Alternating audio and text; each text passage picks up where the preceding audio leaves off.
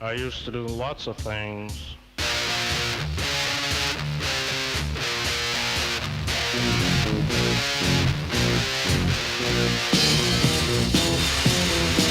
I used to do things and I'd say things and Jesus I was evil. Take things and break things and Jesus I was evil. I never shook, baby. All right. Yeah. You know what I want to do real quick? What? Because I Ben? think we've gone like 11 episodes without mentioning the Patreon or anything. So real quick, because I always forget. Literally, I'm always like, oh, halfway through I'll remember. I always forget. We have a Patreon. We have merch on it, different categories. They range from like $3 to $28 a month. Yeah, obviously the merch depends on the tier. We also have, if you want to quote unquote buy us a beer, we have that too. You can just give a donation to the pod. Please also like and subscribe and share with friends and put on social media and all that stuff. We really appreciate it. And also, if you follow us on really Twitter is what we use for the pod. We use Instagram too, but Twitter seems to be more interactive. You can always either DM or respond to a post about any topics you'd like us to discuss or questions for us. We're happy to discuss pretty much anything. So it could be current events, it could be culture, it could be politics, whatever. Ben and I are experts on everything. So exactly. I have all the answers. Yes, exactly. So, So today we're doing. And then all the links will be in the description too. So that's true. All right, Joe, what are we doing today? We're doing our top 5 favorite books of 2024. So just to clarify, these are not necessarily books that were released or published in 2024. They're just the books that we like the most that we read in 2024. So yeah, it's I got an interesting mix of stuff here. What would you say? So I post, it's like one of the few things I actually use on Instagram is I post what book I'm reading. So I can count, and that's a nice way. It's like I read 24 books this year. There's like 2 books a month. That's pretty much what I do every year. I think I average about 2 books a month. I'm not like a speed read. I don't like care about the count. I care about I just like I'm always reading something. And I think I read a couple really long books this year. But I'd say my year was above average. I was kind of like looking through. I was like, okay, it's like above average. Obviously, these are my top 5 favorites. It definitely wasn't probably the best year I can remember, but it wasn't bad either. I don't know how you feel. Yeah, I mean, in terms of like like the number of books I read, I don't have an exact number. I did not include any like technical books because I am going through like some music theory. If you wanted to, it's fine. Mine are all so we didn't talk about that. Mine are all novels, but they don't have to be. Gotcha. Like if you want to do nonfiction, like the book we're both reading now, we're gonna, and that'll be my like 24th book for the year. So I'll finish that before the new year. We're gonna do a full episode on that, and that's the Algarby book. We talked about that, so that we're gonna do a full episode on. Did you have that included in your top 5 here? No, I did not. Mine actually might be. I'm really enjoying it. But right now, because I haven't finished it, so these are out of 23. So these are my top 5 out of 23. But if you have any nonfiction or whatever, like if you want to recommend it, that's fine. It doesn't matter. Mine just happen to all be novels. It was more like technical stuff, like a music theory book, where it's just sort of like this lays out, cool. Contrapuntal harmony, quite better than or just like. You read that stuff? Oh yeah. That's cool. All right. Well, feel free to share it because that'll be news to that'll be Greek to me. You want to start? Yeah, sure. So I didn't really decide like which. You don't have to do. Yeah, it doesn't have to be order. These are just my top 5. They're not in any order. So I'm gonna pick Interrogating the Abyss.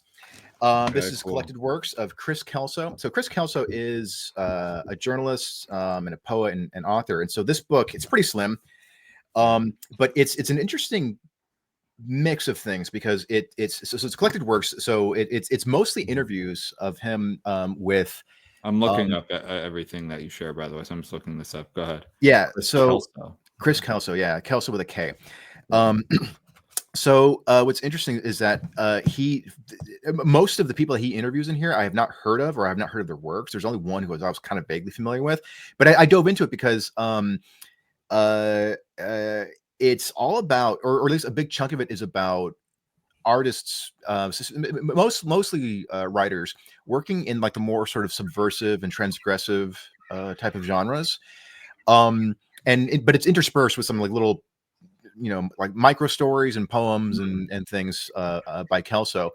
But I dug this one quite a bit, even if I wasn't really familiar with the artists featured or their works, because it explored the idea of transgressive art, and maybe we can do an episode on this at some point. But to me, it's like, of course, being into horror and some more extreme stuff. Like obviously, I'm going to gravitate towards anything that's kind of labeled as transgressive, but at the same time, I have kind of mixed feelings about it though, because it's like if something is just shocking for its own sake, it's like that's really easy to pull off. It's really easy to be over the top offensive. But then there are other times where it's like, first off, I have my guilty pleasures. There's some stuff that's like, yeah, it's just dumb trash, but it's fun, right? Yeah. And then there's some other stuff too where it's like, like on the surface, this might be a story just like depravity and violence and all this stuff, but it's actually kind of satirical though in a way too. Or it's kind of a touching love story that's just drenched in blood and violence. But then I also kind of wonder though, is like, does it stop being transgressive when it has more of a point? When it has a point outside of just being shocking. But anyway, so I bring that up because a lot of the people featured in this book, they kind of dive into what they think transgressive is, what the purpose of transgressive art is. I just want to read a quick quote here from an author that was interviewed here. Let's see, I got it marked right here. So the author who's being interviewed is Paul Kwiatkowski. I know almost nothing about this guy. He said, "We need transgressive art to jolt us out of our stupor by pushing us beyond the parameters of everyday life. We need art that reminds us that we're alive." So I thought that was actually kind of an interesting, like, I feel like I can write a whole essay about that. But anyway, if you're looking for like an introduction into transgressive literature, and maybe you don't really know where to start, or you're looking for something that's, has maybe a little bit more substance to it rather than just being over the top graphic for its own sake, Interrogating the Abyss by Chris Kelso is worth checking out. So very interesting. Yeah. How'd you find this book? Because it's not like there aren't a lot of reviews on it. Yeah. I think I was I got it from Amazon, but I think I stumbled upon it because there was an author who I was interested in, and I was looking for some more of their works. And they're not necessarily transgressive, but they're definitely more kind of like the weirder side of the horror genre. And you know how like Amazon has this thing like, if you like this, then you like blah blah blah. Yeah, I'm looking at it right now. Also read, like people also bought. Yeah. So I think I just went down that rabbit hole of just finding the weirdest, most obscure, horror genre stuff, literature that I can find. So yeah, that's how I stumbled upon this. So yeah, very cool. All right, my first book, and again, these aren't in order, so I'll go with this one. This is The Temple of the Golden Pavilion by Mishima, Yukio Mishima. So I remember learning about Mishima back in Japanese film class. Do you know who I'm talking about? Nuh-uh. So this guy's super interesting. So he's Japanese, and he's like this great artist. He is a writer. I think that's what he's most well known for. He was also in like fashion. I believe, I don't know if it was like he's gay, and I think I don't know if he was, because he's basically a fascist. Like that's what he's like a gay icon, but he's also like a fascist. He was really into like the body, like pristineness and being like healthy, but also like really deep works of art. And he famously committed seppuku in like the 70s. Like it wasn't like he was live during the 1700s. Like in the 70s, there's this kind of failed coup attempt. Super interesting guy. Yeah. And I remember learning about him for that. I can't remember if he directed any movies, but I know him from his writing. Yeah, so this is called The Temple of the Golden Pavilion. It's a novelization of a real event that happened where like a young monk, it says it's loosely based on the burning of the reliquary or golden pavilion of King Kinkakuji in Kyoto, where I've actually been there. So I don't know if you ever like seen a famous golden temple in famous pictures of Japan, but that's it. Okay. By a young Buddhist acolyte in 1950. So it's the story of this kid who I think he has a stammer and he's poor and he's the son of like they call it a consumptive monk. So I guess like a drunk. And he goes to study at the school and kind of goes under the wing of the other monks, and he smokes cigarettes and he fights and he hooks up with girls. And he's just kind of this waylaid soul, and there's like a dark side to him. But he keeps seeing this temple like in visions. And I'm gonna read. This is probably the longest quote, the longest passage I'll read, but it's really good. So just bear with me. So basically, the context is he's with a woman. So I'll just start here. So finally, I slipped my hand up the girl's skirt. Then the golden temple appeared before me, a delicate structure, gloomy and full of dignity, a structure whose gold foil had peeled off in different places and which looked like the carcass of its former luxury. Yes, the golden temple appeared before me, the strange building which, when one thought it was near, became distant. That building which always floated clearly in some inscrutable point of space, intimate with the beholder, yet utterly remote. It was this structure that now came and stood between me and the life at which I was aiming. At first, it was as small as a miniature painting, but in an instant it grew larger until it completely buried the world that surrounded me and filled every nook and cranny of this world. Just as in the delicate model which I had once seen, the golden pavilion had been so huge that it had encompassed everything else. It filled the world like some tremendous music, and this music itself became sufficient to occupy the entire meaning of the world. The golden temple, which sometimes seemed to be so utterly indifferent to me and to tower into the air outside myself, had now completely engulfed me and had allowed me to be situated within its structure. So he gets like these really intense visions that like overtake him of this golden temple. And I kind of just spoiled the ending, but that's not all. That's not the point, though, because like this is based off a historical thing, so people will know that. It's not really ruining anything that right. The temple is burned, because that's just historical. So read it anyway. It's a really just well-written book. It's super interesting. It's dark. It takes place during the like 1940, like World War II. So there's like American soldiers there. Like women are resorting to prostitution. There's firebombing. Kyoto never gets firebombed, but there's firebombing going on. And it's a really, really good book. And definitely look into Mishima if you don't know him. Otherwise, he's just like a very interesting character. I think you would like him, especially Joe. Yeah. Because he epitomizes art. Like art, he is art. Yeah. Like the way he dresses, he was like a fashion icon. And when I say fashion icon, I don't mean like now it'd be like crazy shit, like shit you never wear. Like no, he was like good looking and fit and wore like nice suits and was very articulate. And he was what I like about him, he's like, unlike so many artists, it's so refreshing. Like, no, I don't want my artist to be fascist, but he was like a nationalist. Like he loved his country. He wasn't one of these like globalist, everything's okay. Like, no, he was actually really critical of American culture. And obviously it was dark. I'm not agreeing with him of all of his beliefs. Don't get me wrong. Like Japanese nationalism called like tons of violence and suffering around the world. So I'm not saying that's a good thing, but I think that it's nice to see an artist who's like proud of where he's from, proud of his culture, and wants to showcase that more than just like hiding behind it. And so many cultures are so like, especially lots of Western cultures are so feeble and really don't like stick up for themselves. And Japan, I think, is a wonderful culture, despite its dark side, which it very much has. Sure. And I always really like that about him. Nice. Yeah. All right. Let's see what's next for me. For my next pick, I'm going with Lemmy, the autobiography, White Line Fever is called. So can I ask you, how many times have you read this book? This is the first time, actually. Really? Yeah, that I only read it shocks once. Me. Yeah, I know. I've had it for a couple of years. I just haven't gotten around to reading it. But actually, I read, this is probably one of the more recent ones that I've read. Benjamin.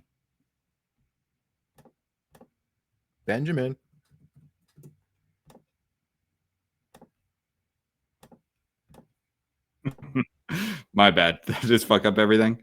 No. No, that's fine. Type in tier. Okay, go ahead.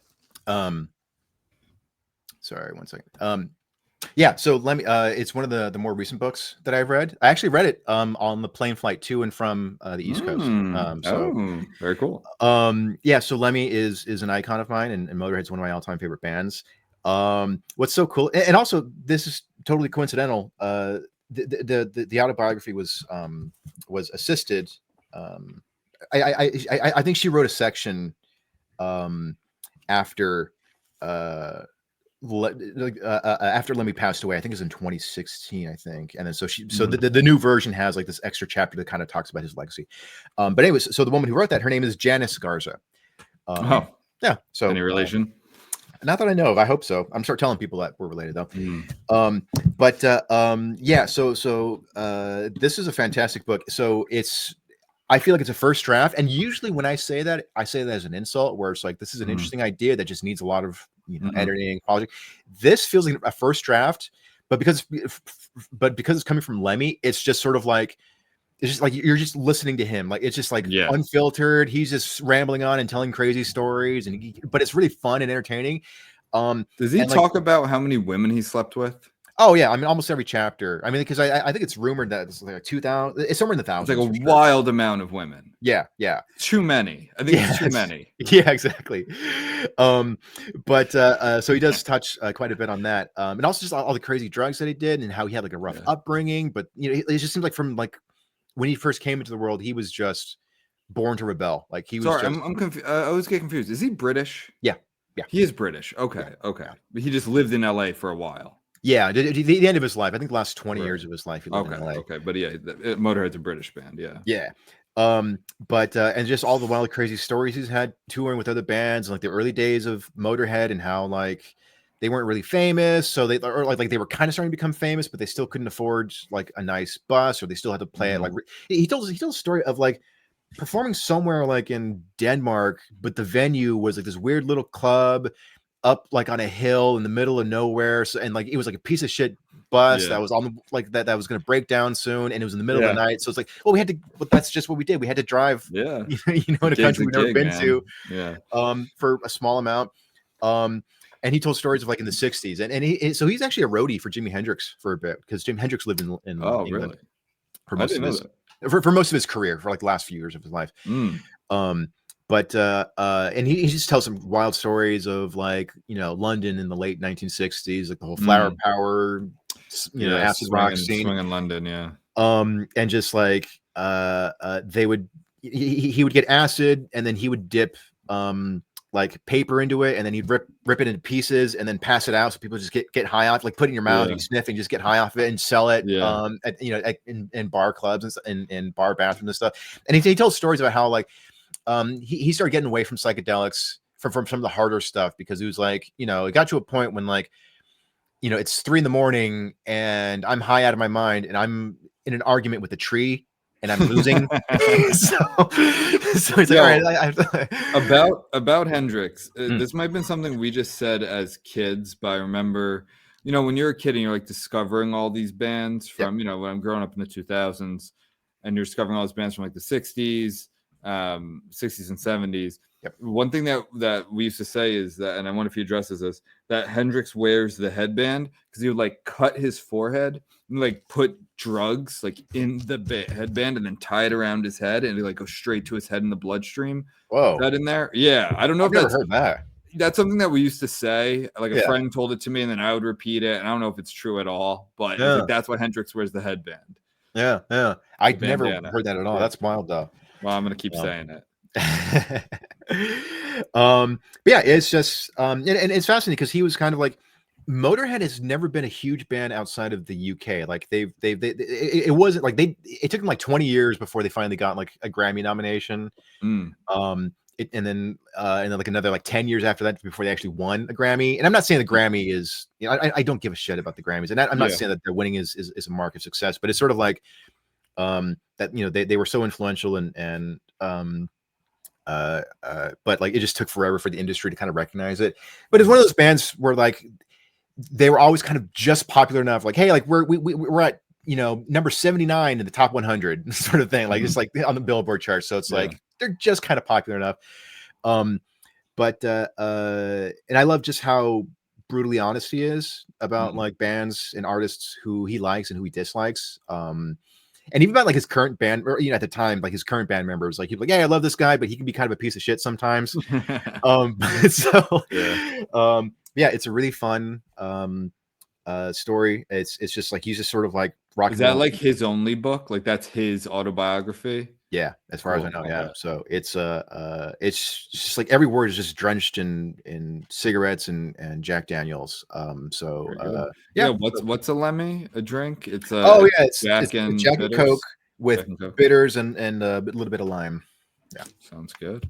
Yeah. So Lemmy, White Line Fever. Check it out, kids. White Line Fever. Yeah. Nice. Yeah. All right.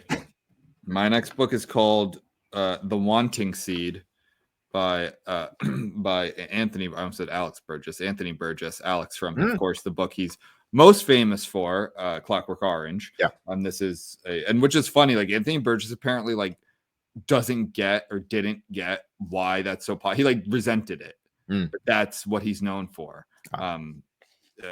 I'm sure he wasn't not cashing the checks, but he like didn't get that. That's why he was why he's so famous for. Because I'm sure many people can't name one other book he's written, but this one is really good. It's not very long. It's called The Wanting Seed, and this book is shockingly prescient for today's world. And let me see when it was written. 1962. So this actually came out the same year as A Clockwork Orange. That's another crazy thing. I think there's some very prescient things in that book too, but that book's a lot more, I was gonna say it's more dystopian. It's not. They're both dystopian, but in very different ways. So let me get into this one. So this book is it's the UK, it's dystopian, it's the future, and the concern here is much more about overpopulation. So there's a lot of, I feel like overpopulation books became pretty popular during this time. I read another one this year that I didn't like as much, but it was called We by Zamyatin, something Zamyatin. I think he's Russian, Eastern European. I think it's somewhat of over. That's like a mix of a 1984 Brave New World type book, or Make Room. That's on my list. I haven't read that yet, but this book. So basically, because of overpopulation, not only is having children, it's very much frowned upon, where you're almost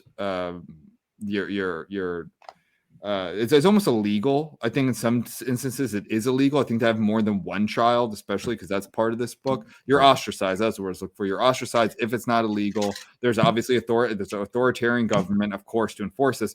But also, what's so interesting and why I think this is so prescient to today is that there are roving. So you actually one of the main characters in this book, there's kind of a love triangle situation, and one pretends to be homosexual to move up in his career in the government. Even though he's heterosexual, you see where I'm going with this. He pretends to be gay. He's having a relationship, and this is all revealed very early in the book, so I'm not ruining anything. So there's a character named Derek, Tristram, and then a woman, forgetting her name, that's going to be held against me. Sorry. And Beatrice Joanna. So that's like the love triangle. Tristram just gets totally screwed throughout this whole book. You feel so bad for this guy. He like ends up in a protest by accident and gets like arrested and jailed for years. His wife's cheating on him with his brother, who's Derek, who's the one who pretends to be homosexual. There are roving bands of gay men who just beat the shit out of people called the Gray Boys. There's just the War Department. So I wanted to read a couple of these. I'll start from the back here because there's just like random war. And so then the part of this is very 1984, which came out before this book.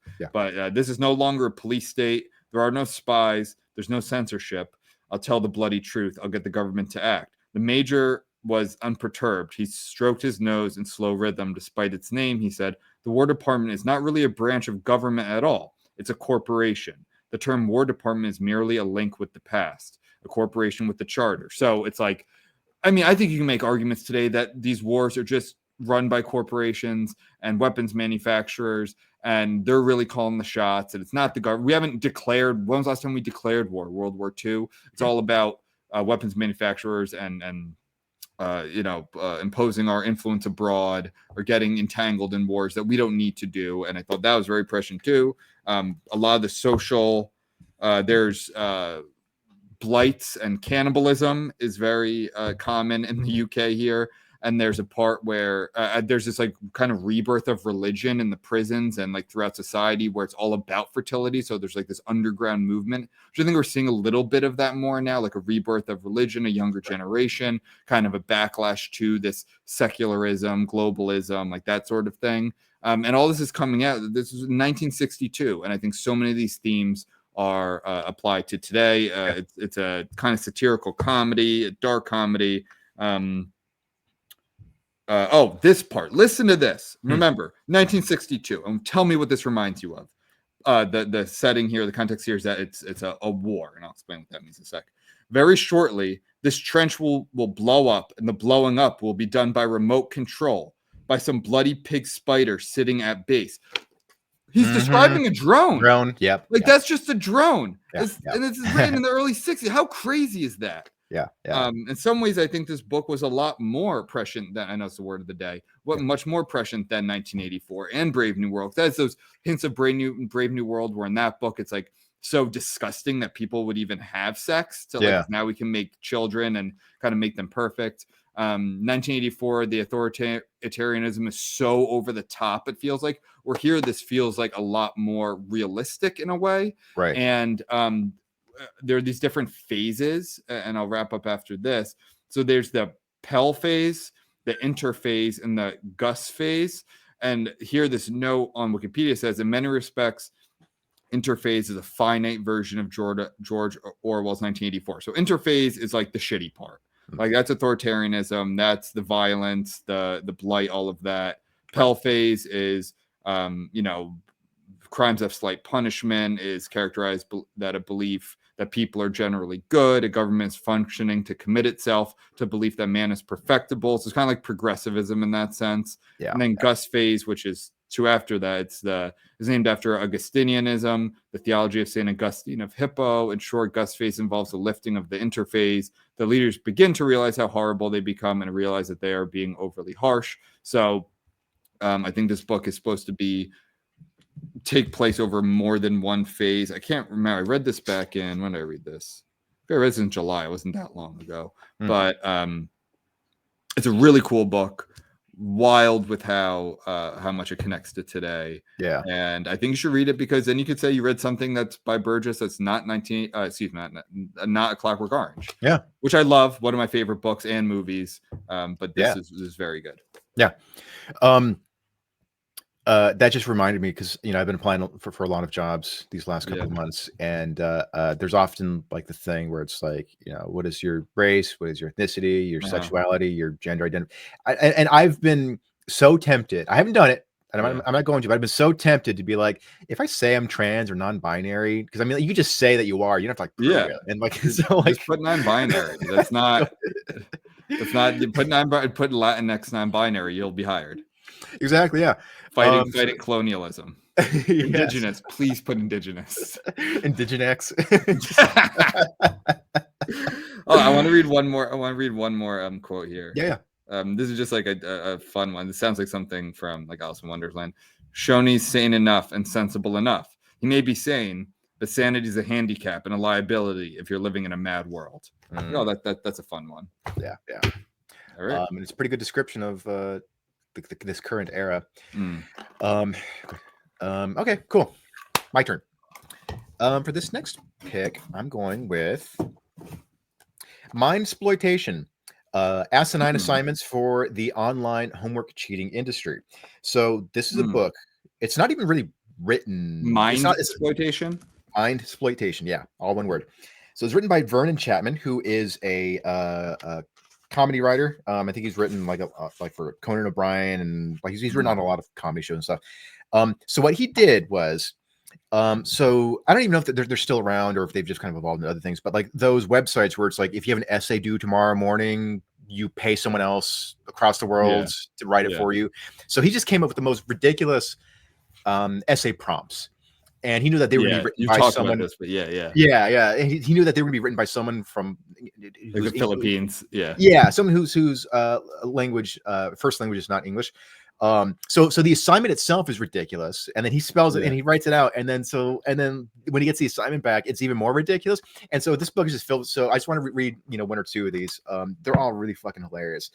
Dude, wait, there's an intro from Louis C.K. to this? Yeah, he writes. Oh, that's great. Okay. This is a very good one.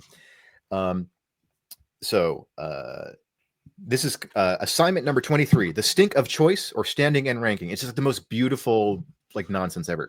So he's writing to the website is called Midterm Rescue. Dear Midterm Rescue, as I have elected to attain a black belt master's degree in pseudo-psycho-critical delineation, this is a required course for me, but I am precisely the last judgmental person I have ever met. So this is not only the number one worst class I have ever taken, but it is the number two worst class ever taught in the history of education. The only good part is that my professor doesn't believe in grades, so it's pass-fail. I can't bear to do this assignment myself, as I find the very premise morally reprehensible. Do it for me, please. Thank you. And so here he lists out what the assignment is. Number 1, rank the top 8 major races. So you have Asian, Latin, European, Native, Eastern European, Black African, East Australian, and other, in numerical order from greatest to worst, providing a one-sentence reason for each placement. Number 2, rank man's proven prophets in order on a numerical scale from most holy to not holy at all. So we have Jesus, Buddha, Shiva, Garvin, I don't know who that is, Muhammad, L. Ron Hubbard, and Joseph Smith. Give a reason for each position. And number 3, rank these 5 fatal diseases in order of fun, with number 1 being the most fun and number 5 being only a little bit fun. So we have AIDS, cancer, heart disease, Ebola, Pachuco, and emphysema. No reasons required, just cold numbers. So I'll read you the actual assignment that was given back. So the stink of choice, the 8 major races ranked in order greatest to least greatest. Number 1, Latin. I chose Latin as the greatest because Latinos have brought the world great leaders, social justice advocates, food, fashion, quinceañeras, and dance. Number 2, Australian. Australians are second because they started as an island of misfits and criminals. It became a significant influence in the world, and Australia has produced some of the world's greatest actors. Number 3, Black African. The black race came in third because of the rich heritage, music, food, dance, and fashion. They have contributed a great deal to modern society, including the civil rights movement and a wide variety of great leaders. Most of these aren't that fun. Oh, Native came in at number 6. I ranked Native 6 because the modern world has swallowed up a lot of Native culture. So that's number 6. And number 8 was Other. Other came in last because I'm not really sure what to do, what would be included in Other. So I couldn't just defend ranking them over by any other race. And then here's rank man's prophets from most holy to least holy. Number 1, Jesus. Jesus came in first because I believe in the Christian faith, and I believe he is the most holy of leaders. Muhammad came in number 4. Muhammad has a rich cultural history, which adds to his overall holiness because it enhances his character.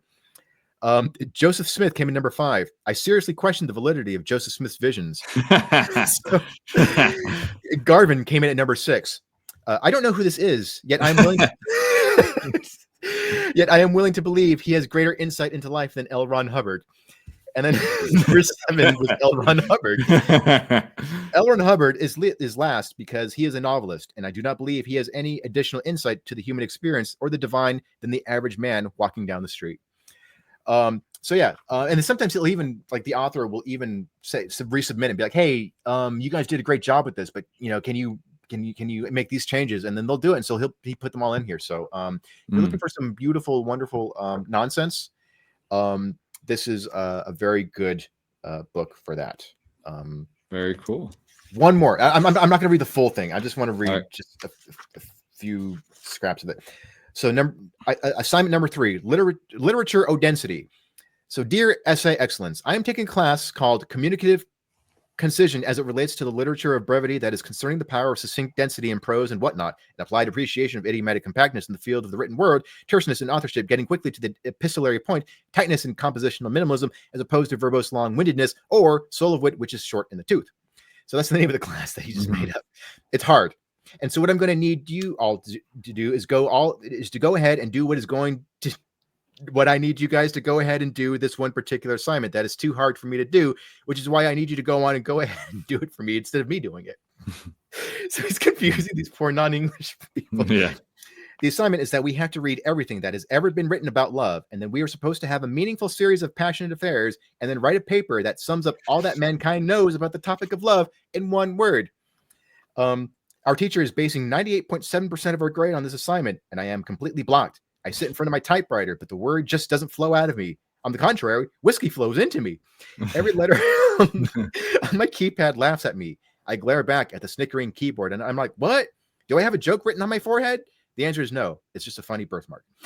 The word must be in all caps in the center of the otherwise blank page. The worst must thwack the reader in the nards of the heart like a swinging sack of oranges, causing the reader to stumble face first into the dirt without leaving any incriminating bruises. No cops on this one. It must literally take the reader on a blistering roller coaster ride across space and time, changing mankind forever. Also, make sure it is spelled correctly, and you cannot use the letter L. And please, I shouldn't have to say this, keep it clean. And so the word that they came up with was this is, and again, this is supposed to encapsulate everything man has written about love, and it's not supposed to include the letter L. The word that they came up with was survival. Pretty good. And so pretty good. I like that. And so he gives a very long, which again I won't read. Even though it had, I see, it has letter L. Yeah. But it's funny. He's describing. Oh my God, I was so captivated when I read the first letter. I was blown away. When I read the second letter, I was even more blown away. So he's just going through each letter. He goes, but when I got to that final letter, that's when I realized you failed the assignment. So then they came up with one more word. And the word was devotion. So okay, I like survival. Anyway. That's funny. So what's next for you, Benjamin? Okay, this book I'm sure a lot of people have read. It's a bestseller, but this is Tom Wolfe's The Bonfire of the Vanities. Pretty thick boy, thickish boy. And so I'd never read this. I'd seen this throughout my life, just on bookstores. You can probably find it at every used bookstore. Like I said, right there, national bestseller. So this book was written in 1987, and he wrote it. He wanted to encapsulate New York in the 1980s. It has a cast of characters. It's about, I think, we just saw the Daniel Penny case. Like there's a racial case that happens when he accidentally hits a black guy in, I think it's Harlem, with his car. He thought he might be getting jumped. I think he was going. I don't know if it's ever clear if he was or was not. It's exactly like what American Psycho tries to show about. I think it's supposed to be the 90s, right? 80s. Psycho, the 80s. Oh, okay. So it's like that. It's like a non-horror version of that. About the legal system, about these different characters, like there's lawyers, there's finance guys, the kind of like debutante women, the real divide in different parts of New York, kind of a skeezy British journalist, like a yellow journalist. I'm just kind of thinking off the top of my head, a black, I guess he's a reverend, but also a community leader in Harlem, just like the inner workings of the city. Right. And it's really funny. It's like a gripping read. I don't have any quotes. I didn't like bracket anything. It's just like really great, entertaining, fun read with, kind of like the like getting kind of dragged through the ringer, the media. It's a very, very fun book to read. So I highly recommend it. I don't have anything to read from it. I think a lot of people probably already know this book. I'm definitely late to this book. And I just really like Tom Wolfe's one of those names. I think he's considered part of what was that? New journalism? Yeah, new journalism. Exactly. Yes. And I never, because I'd read Joan Didion. I don't know, who are the other heavy hitters of new journalism? Besides Hunter S. Thompson? Ken Kesey. Hunter S. Thompson, of course. Ken Kesey. Yeah. Yeah. I don't know where else it is. But he was, what I liked about him, again, he was he's definitely like a conservative.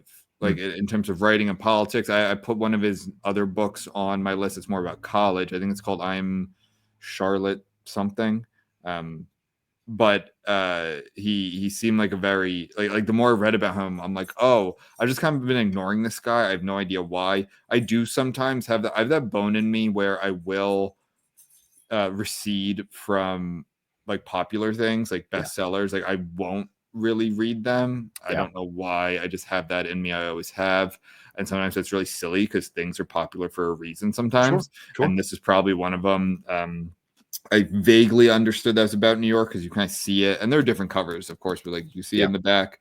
The Bonfire of the Vanities, I thought that's cool. Actually, that's referring to Florence, Italy, Savonarola, who was this priest. If you ever watched the Borgias, he's in it. Who was this priest who basically like took over the city with, his followers, who he believed that people were being too rich and were indulging too much. So he literally made a bonfire of vanities, of sins, of art, which sucks. Like I'm against that. Right. But that's where this comes from. Gotcha. This term comes from Savonarola. His plaque, or I think it's a statue of him or a plaque in Florence. Or just was a few weeks ago. But definitely read it. It's pretty long, but it's very quick. It's funny that you're talking about the politics of the author. This is an excerpt from Wikipedia. The book was a major bestseller and also received strong reviews. The New York Times praised the book, saying it was a big, bitter, funny, craftily plotted book that grabs you by the lapels and won't let go. But criticized its sometimes superficial characters, saying when the book is over, there's an odd aftertaste, not entirely pleasant. However, the National Review, which is a very conservative publication, claimed no one has portrayed New York society this accurately and devastatingly since Edith Wharton. So, that's interesting. Yeah. So, I'm looking at new journalism people here. So, Truman Capote, who I love, Hunter S. Thompson, who I love, Norman Mailer. I did not. Have you read any Mailer? I don't think so. No. We had to read for law school, actually. Like my 3L year of law school, I took a law literary class. Very fun, unless this is kind of what 3L does. So because you have time to do this other stuff. And I read the Prisoner Song or the Executioner Song, and dude, that book is a fucking slog. Like I did not like his writing. Joan Didion, Terry Southern, who I don't really know, Robert Christka, who I don't really know, and Guy Talese, however you pronounce it. He's actually from Ocean City, which you have been to. Yep. So read it. Tom Wolfe, I'm sorry I neglected you for so long. Did you see the movie? No, I have it on my list. I heard it's terrible. I heard it's pretty bad. Yeah. I've heard it's because the Sherman McCoy, the main character, is supposed to be like a sleaze, even though you do feel sympathy for him very often, actually. But he's like, and they have Tom Hanks playing him. I'm like, out of all the actors, you get Tom Hanks. Like no one's gonna believe that guy's a sleaze. Right. It's Tom Hanks. That's not what he does. So I heard that was really bad casting. But I do have it on my list actually because of this book. Because I read the book. Next for me is Songs of a Dead Dreamer and Grimscribe. This is by Thomas Ligotti, who is a horror author. He's pretty obscure, but I'm glad that some time ago, his two of his books, they're all pretty much short stories, were collected in Penguin Classics collection. So Thomas Ligotti is one of my favorite horror authors, and what I love about him, he's like his style of horror, it's like David Lynch's Eraserhead, where it's like it's not straightforward horror. It's not just like somebody being chased by a monster or ghosts or demons or vampires or whatever. It's more just like bizarre, nightmarish, weird logic, where like the whole world, all the characters exist in this world where nobody's acts particularly normal. So it's meant to be kind of experienced more as a nightmare rather than as an actual story, I think. And the story structures are bizarre, and they don't really there's it's not like, thankfully we managed to slay the monster, or we managed to exorcise the girl, the demon from the girl, and this and that, and everything happily ever. There's nothing like that. It's just a character goes through a weird experience and then just goes back to their life, sort of thing, and they just now they're just haunted by it. And also apparently he kind of pioneered, or maybe even invented, a very specific subgenre of horror called corporate horror.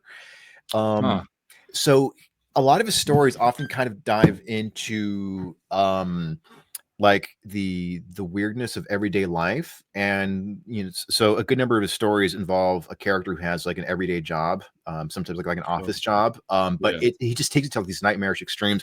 One of my favorite stories, I can't remember what it's called off the top of my head, but it uh like this character just got a job in an office in some town. He just moved in. But what he does, it's not specific exactly. It's just like generic office stuff where it's just like, he's in like, an office filled with cubicles and everyone's just Yeah, constantly like busy. And office spaces, like TPS reports. exactly, yeah, he's Yeah, just processing documents and collecting yeah, reports and sending files, and yeah. it's not, and everyone just works nonstop. And so he gets up after like several hours and just sort of like, I'm gonna go down the street to get a sandwich. I'll be back in a little bit. And as he's coming, but everyone just kind of doesn't pay, nobody pays attention to him. So as he feels kind of weird, like, am I allowed to take a lunch break? So he leaves, and then as he's walking back to the office, he sees his boss walking towards him, and he goes, "Hey, you got to get back to work. We got a lot of work to do." He goes, "Oh, okay, sorry." And he just keeps going and going.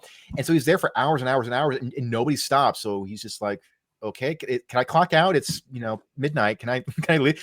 So Mhm. but then like it's just like his schedule is just never specified, and like it's just this office is just going nonstop. Mm. And the guy who he replaced, it was there's this weird urban legend in town that like he disappeared, and but his head can be seen around town with like spider Mm. legs sticking out of it, so it's just kind of Mm. crawling around town. And so he moved into this apartment like in some old house, and there's these giant spider webs that are showing up in the attic, and he's hearing scurrying. So like, and then he starts seeing that head of the guy he replaced in this office. So it's just really bizarre. Yeah, he Nightmarish. sounds interesting. And it even says here that if you're a fan of True Detective, Russ Cole's character, so that's Matthew McConaughey in season 1, he's kind of based off of Ligotti's philosophy, like philosophical pessimism and antinatalism. And Nick Pizzolatto, who wrote that, who wrote the first, I think, 3 seasons, at least first 2 of True Detective, confirmed that. Yeah. So he's not a famous guy, but he's well known in sort of like the more obscure, like on the fringes of horror. He's been considered like to be like the sort of modern Lovecraft. Yeah, I saw that. That's very cool. So I highly recommend it for fans who are looking for horror that is more like bizarre and unsettling and kind of haunts you for a bit, and not just blood and guts and monsters. So yeah, that's my pick.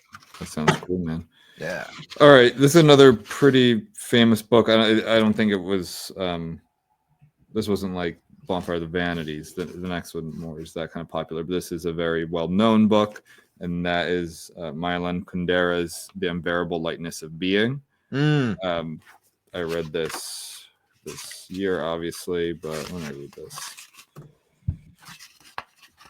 was that made into a movie too? Yes, also on my list. I read this in May. Also on my list. I've not gone to it yet. I haven't seen it for streaming yet, for free on streaming. So this book is about Prague and Czechia, was then the Czech Republic, they call it. I like to use the term Czechia. During like the 60s, I think 50s, 60s, during the Prague Spring, communism, obviously like a lot of relationships, and it follows a handful of characters: Tomas, Teresa, Sabina. I think those are the 3 main ones, and there's Franz and Karenin and Simon. So it follows a bunch of characters. It is a really moving book. It's a wonderful sort of love story, but a unique love story. It is, I wouldn't say it's very happy either. Like, this is kind of a dour book, if I remember correctly. But the name comes from this idea that probably a lot of people share. I don't, and I don't want it to be true necessarily. But like, you have one life to live. That's the lightness of being. So you don't get another chance, and some people find this very freeing, and some people find that very scary. And these characters kind of represent that. Like, Tomas lives a certain lifestyle, while Teresa lives a different one. And and they go through different they go through different trials and tribulations. There's a lot of infidelity. There's a lot of I know he's been of course criticized. Kundera's been criticized for like misogyny and that sort of thing. But Nice. Right, exactly. So you probably want to read it. I loved this book. This really was probably the most touching book I read all year. The Temple of the Golden Pavilion touched me in a certain way. That sounds weird. Show me where it touched you, Ben. Touched me in one way. This touched me in the other way. And I really, really enjoyed it. It actually I had the opposite effect because I remember listening to a podcast. I think it was the Fifth Column where they were talking about Kundera, and of course he was like the cost celeb was to cancel him or whatever, and that made me like want to go find this book again. It was one of those books like the Bonfire of the Vanities I'd always heard of. I mean, I'd heard of Kundera and I've heard of this book, but I actually put it on my list and bought it and read it, and I really loved it. The one small quote I have here is just a simple one. Tomas did not realize at the time that metaphors are dangerous. Metaphors are not to be trifled with. A single metaphor can give birth to love. So I again highly recommend this. I can't remember too many specifics off the top of my head because I don't think this is a book. If I remember correctly, I don't think there's too much like I don't know if there's any real big violence that I can remember or anything. Like it's not a satire. There's not big explosive works of violence. Maybe during the communist takeover there might have been some, but that's not really what the book's about. The book is just about these like penetrating like relationships that people have and heartbreak and just kind of like it seemed to me almost like the beauty of like normal, just like people living their lives and the difficulties that they face, especially during a difficult time too. I'm not taking anything away from that. Right. There were the communists. They were looked at first as kind of like liberators, and then everyone turned on them. And I think that's important. Like we're a book where there aren't these crazy acts occurring, whether they're acts of God or these like in the Bonfire of the Vanities, all like people dying, and then the unjustness of the legal system and all these sorts of things. It just felt more grounded and really deep, and I love that about this book. Nice. Very cool. Yep. For my last pick, I've got Song for the Unraveling of the World by Brian Evanson. This is another collection of short horror stories. And another one that I kind of stumbled upon on Amazon. This is similar to Thomas Ligotti, where it's like the horror, it's more just kind of... Say the name again? Brian Evanson, Song for the Unraveling of the World. I'll just read you a little bit of the back, just so you get a sense of what's the subject material. A newborn's absent face appears on the back of someone else's head. A filmmaker goes to gruesome lengths to achieve the silence he's after for his final scene, and the therapist begins impossibly to appear in a troubled patient's room late at night. In these stories of doubt, delusion, and paranoia, no belief, no claim to objectivity is immune to the distortions of human perception. Here, self-deception is a means of justifying our most inhuman impulses, whether we are aware of it or not. I don't like it quite as much as Thomas Ligotti's stuff. I don't think the writing is quite as strong. And I don't think, and I think sometimes the horror can be a little too vague. But still, it's a really popular book. Yeah, I didn't. That's news to me.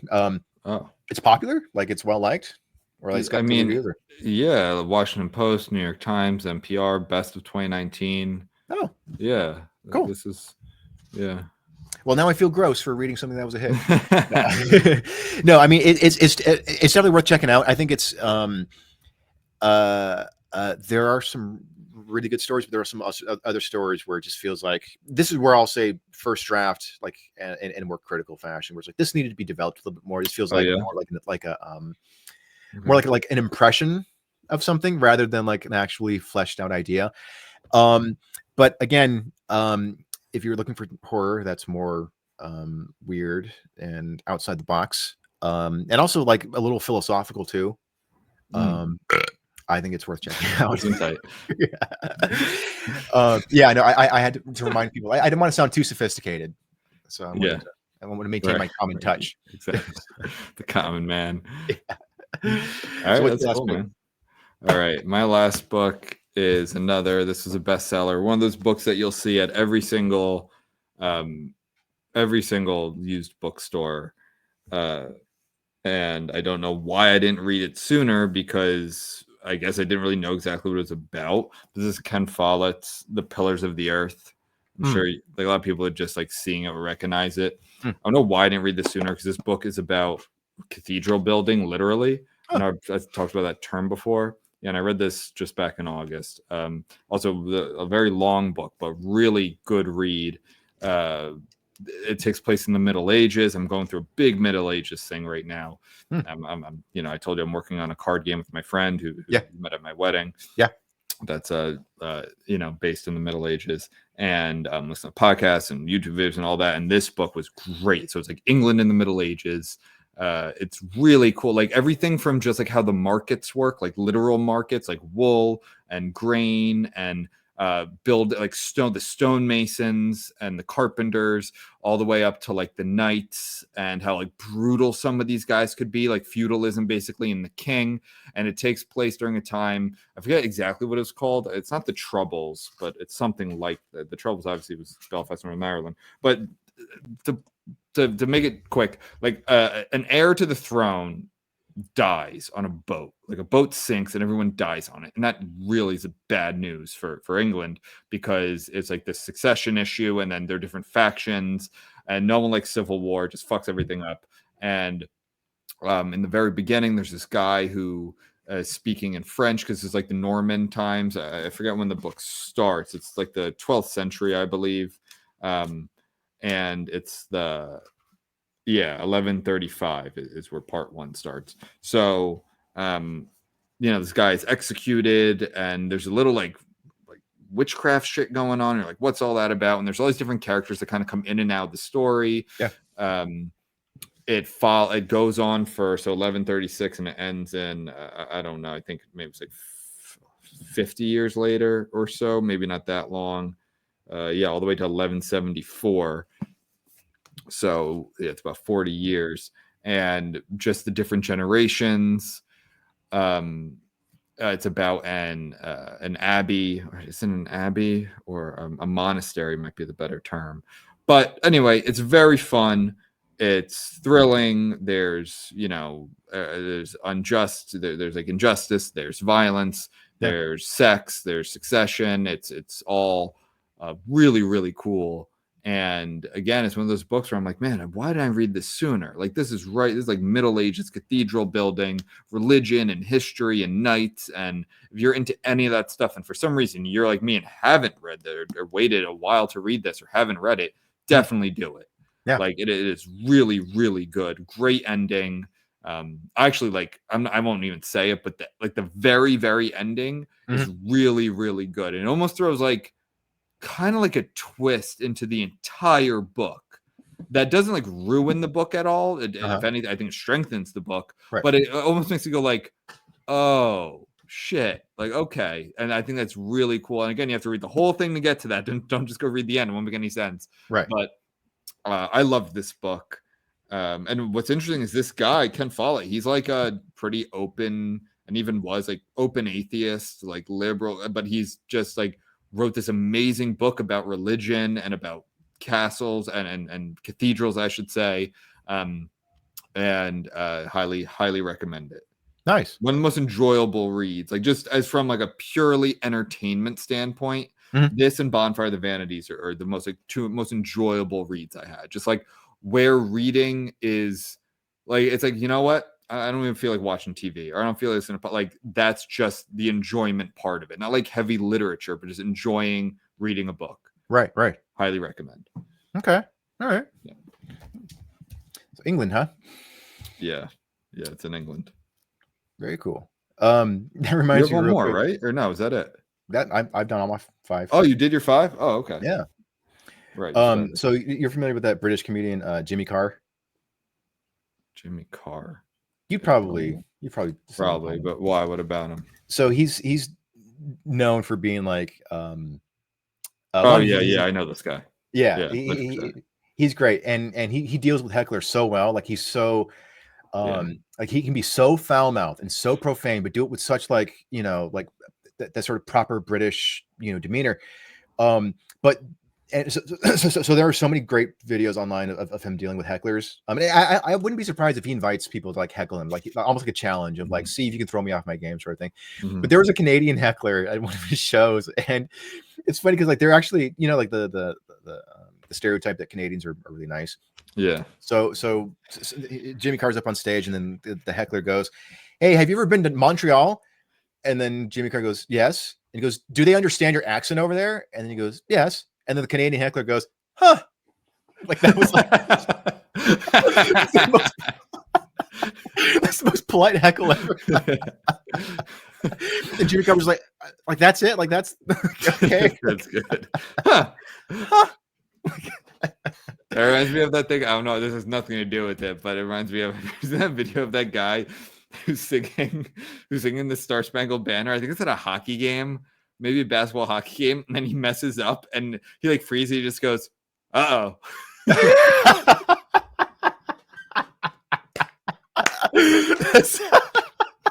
I think that's so often. It's really, really good. Oh man, I love that. I love that sort of stuff. You might have seen that one where it was like it was like a student orchestra, and they were probably like in middle school or something. And this kid, he's playing the cymbals, and I think they're playing like the national anthem. Yeah. And so he's crashing the cymbals, but then so the cymbals, they have like a strap on each one, but then one of the cymbals it comes off the strap. Yeah. So then the boy, he freezes. And he doesn't know what to do. And luckily, there's an American flag behind him, so he just turns around and he just salutes while the rest of the band is playing. It's like it's the best thing you could have done, man. Like, yeah, that's good. All right. Man. Hey, speaking of drones, real quick. Yeah. Oh, what's going on in New Jersey? Yeah. I fucking know. I'm seeing drones in the sky. I'm like, Ben, that's just a helicopter. Like, no, it's a drone. Like, yeah. I don't know. I demand answers. All right, look. Jeff Andrew, who is my congressman, who I voted for 3 times, you went on there saying they're like Iranian drones or something. I'm like, that's a tough look for the 2nd district, man. We're gonna get back. We're gonna get him back in the next half. That's a tough look, Jeff. Just out there, they're Iran. Like, fuck, man. Yeah, I don't know what's going on. I tweeted at the state government and I just said, have we tried taxing the drones until they leave voluntarily? That's what a lot of people do here. Yeah. So I don't know. I definitely thought I saw them the other day, but they may have just been planes. Yeah. I don't know. I'm seeing drones everywhere, man. Yeah. Cool. Yeah, I'll keep you posted. Yeah. Nice. All right. They literally are UFOs, though. Yeah. Well, aren't they like UAPs? Isn't that the new? Yeah, that's the new government. Right? I'm sticking to the old school one. Yeah. UFOs, baby. I'm still waiting to hear word from that guy. Like the meme, the History Channel, like Oh yeah, the guy. It's aliens, but it's probably aliens. Yeah, aliens. Yeah, the hair. That guy's good. Yeah. All right, cool, Benjamin. Well, this was fun. Was fun. I'm not sure if I'll be around next week because it's Christmas and I'll be with family and stuff. But I'm sure we'll be doing something for the week after that. But sounds good. All right, everyone. Have a good Christmas, and you too, Ben. I guess you too. Merry Christmas. Have a reckless Christmas. Yes, and fight the crits out there up in San Jose, though. All right. We'll cut that. All right, everyone. Stay reckless.